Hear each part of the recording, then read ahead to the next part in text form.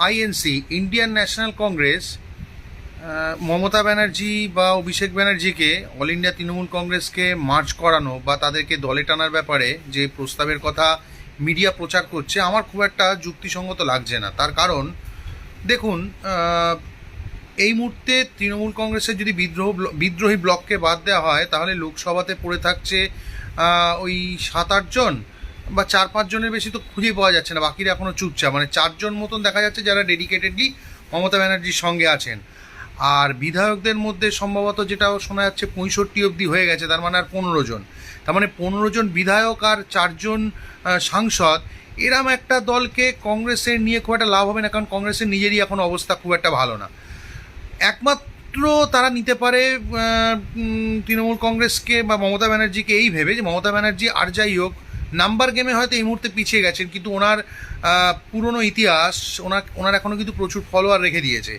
সুতরাং ওই ফলোয়ার গেইনটা করার জন্য, এবং সেই ফলোয়ারদের মধ্যে ম্যাক্সিমামটাই হচ্ছে তোষণ করে যেটা হয়েছে সেটা হচ্ছে যে, যাই হোক তোষণটাকে আমি যদি বাদও দিই, সংখ্যালঘু ভাই বোনেরা ওনার পেছনে ছিলেন।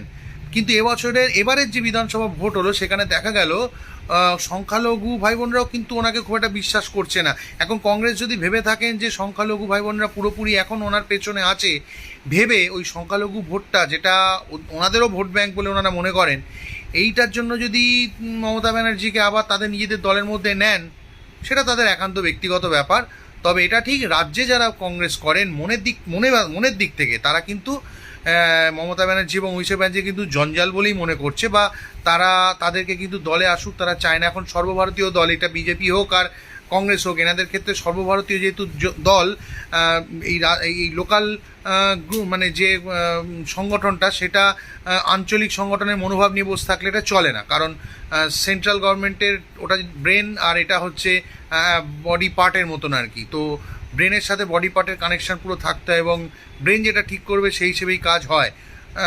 আমি কেন এটা বললাম, আমি একটা ভিডিও বানিয়েছিলাম যে 20 জন বিধায়ক যে এনডিএকে 20 জন সাংসদ যে এনডিএকে সাপোর্ট করছে, এটা যেটা বিজেপি অ্যালাউ করছে এটা ঠিক নয়।